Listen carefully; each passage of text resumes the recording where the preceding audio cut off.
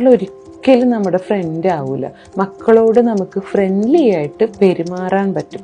Friendly ആവുന്നതും front ആവുന്നതും രണ്ടും different ആണ്. നിങ്ങൾക്കൊരിക്കലും നിങ്ങളുടെ കുട്ടികളുടെ ബെസ്റ്റ് ഫ്രണ്ടൊന്നും ആവാനൊന്നും പറ്റില്ല.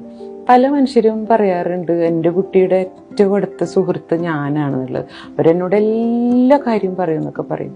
അല്ല, അവർക്ക് അവരുടെ പ്രായത്തിലുള്ള സുഹൃത്തുക്കളെ ഉണ്ടാക്കാൻ ഇഷ്ടം പോലെ സൗകര്യമുണ്ട്, ഇഷ്ടം പോലെ സമയവും ഉണ്ട്.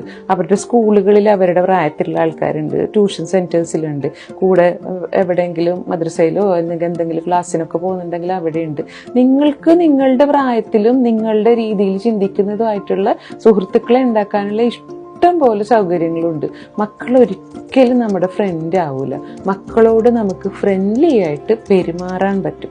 ഫ്രണ്ട്ലി ആവുന്നതും ഫ്രണ്ട് ആവുന്നതും രണ്ടും ഡിഫറെൻ്റ് ആണ്. ചെറിയ മക്കള് നമ്മളുടെ ഫ്രണ്ടാണെന്ന് പറയുന്നതിൽ അർത്ഥമില്ല. നമ്മളുടെ പ്രൈവറ്റ് കാര്യങ്ങളൊന്നും ഒരിക്കലും മക്കളുടെ അറിവിലേക്ക് നമ്മൾ എത്തിക്കാൻ പാടില്ല.